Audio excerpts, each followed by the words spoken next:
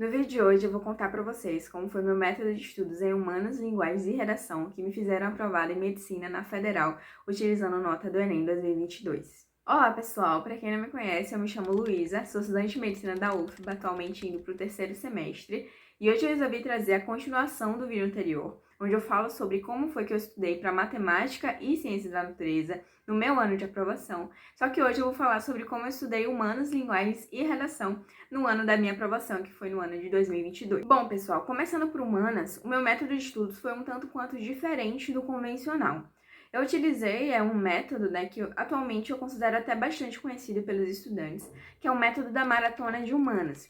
Só que para quem não conhece, ele consiste em um método onde você vai pegar um curto período de tempo, ali geralmente uns 4 meses, 3 meses, e você vai pegar nesse tempo, condensar todos os assuntos de humanas, dessa área do conhecimento, ali filosofia, sociologia, história, e vai estudar tudo ali dentro, fazendo como se fosse realmente uma série, fazendo com que você assista várias e várias aulas e absorva o máximo daquele conteúdo em série, para que você poupe tempo, naquele estudo mais condensado e sobre ali tempo para que você estude áreas consideradas mais difíceis, como por exemplo, ciência da natureza e matemática. E optando por, e vendo na verdade esse viés, do método, eu optei por fazer ele. Só que eu já adianto que não foi um método tão legal assim para mim, porque eu não analisei as minhas condições naquele momento em relação no panorama geral, assim, da área do conhecimento humanas. Então, o que eu fiz? Eu só comecei a realmente estudar,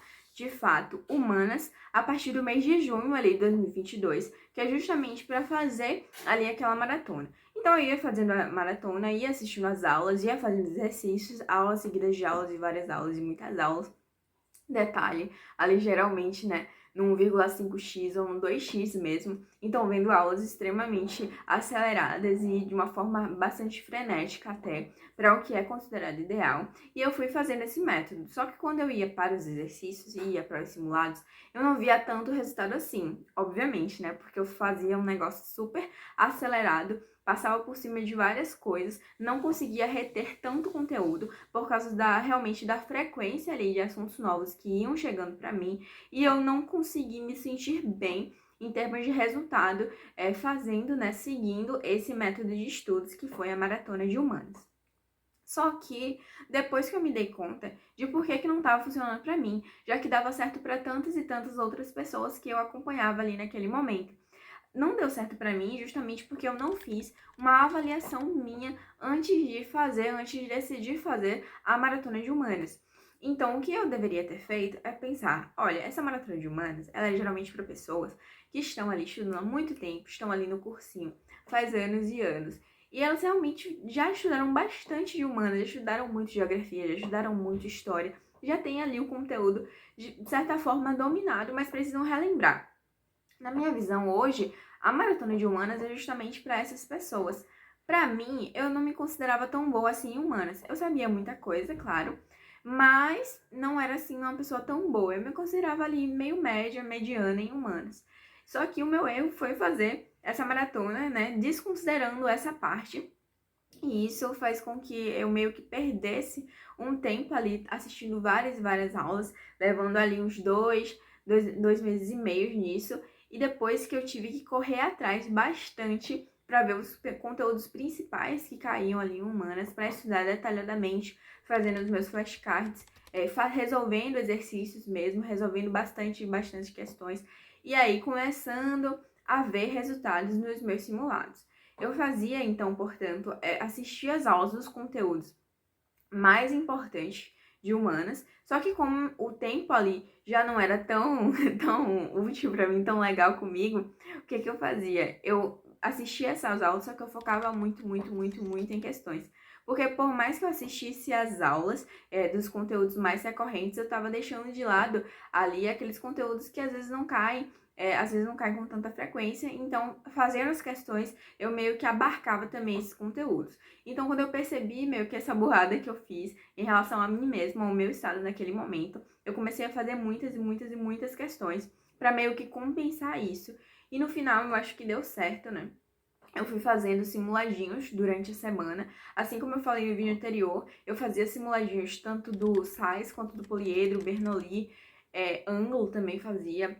E esses simulados, eles me ajudavam bastante, além das provas antigas. Então, para mim, em todas as áreas do conhecimento, né, sempre fazer simuladinhos de cursinho e as provas antigas, além das provas antigas de vestibulares grandes, como Unesp, Santa Casa, Unicamp, FUVEST, sempre me ajudaram bastante, né, nesse quesito de fixação do conhecimento em humanas, em todas as áreas do conhecimento, porque realmente fazia com que eu fixasse e guardasse para mim aquele conhecimento que eu ia precisar utilizar no dia da prova. Bom, pessoal, então foi basicamente esse, não foi um método de estudos assim, propriamente dito, foi mais um relato de como foi que eu estudei e como foi que eu mudei a minha rota no caminho, e talvez isso seja importante para você que está pensando aí em fazer a maratona de humanas, estude mais, né? Considere o que realmente de fato é melhor para você. Será que de fato é melhor você começar o ano estudando certinho até o final do ano, até chegar à prova,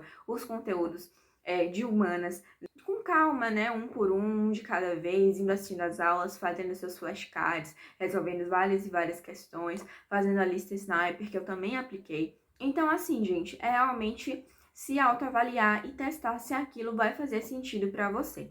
Mas no mais, em relação à nota, como eu fiz muitas e muitas questões e dei conta de assistir as aulas as aulas dos assuntos que mais caíam, que mais eram recorrentes, eu até que dei para ir um tanto quanto bem assim, relativamente. Em humanas eu tirei 38 questões, acertei 38 questões, e a minha nota final em humanas foi de 716 pontos.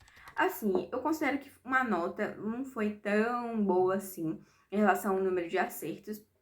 Acho que o TRI deu um pouco de desvalorizada aí, mas tudo bem, foi suficiente para passar. O importante é que deu certo. Bom, pessoal, já em relação à redação, a forma como eu estudei foi um tanto quanto progressiva. Eu comecei a estudar a partir de março, e nesse momento eu já começava a fazer toda semana, né, semanalmente, uma redação para a correção, mandava para a correção e ela voltava corrigida. E era a partir dessa correção que eu via o que eu tinha errado e o que eu precisava estudar, teoricamente mesmo, na redação. Então, por exemplo, o que eu errava muito às vezes era na competência C1 e na competência C4.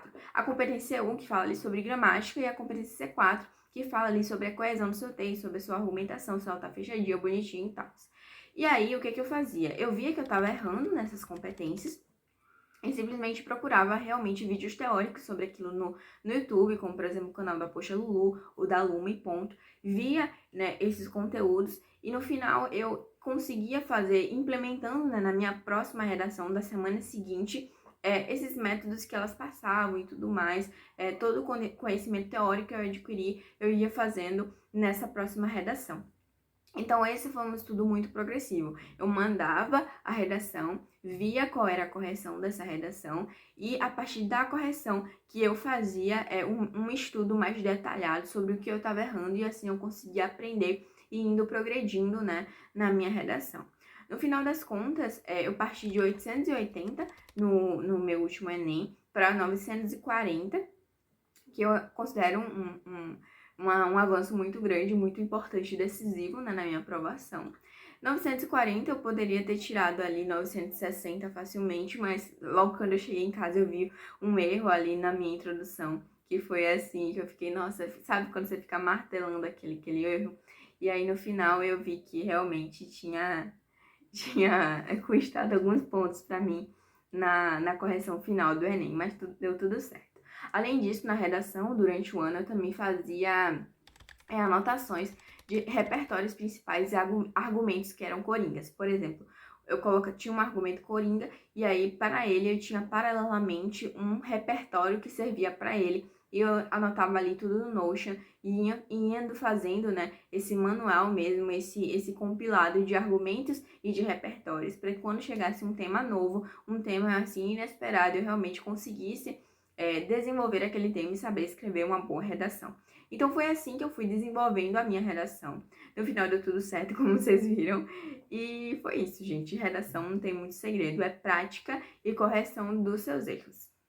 Já para linguagens, a forma que eu estudei ela foi uma forma, assim, só por questões. Por quê?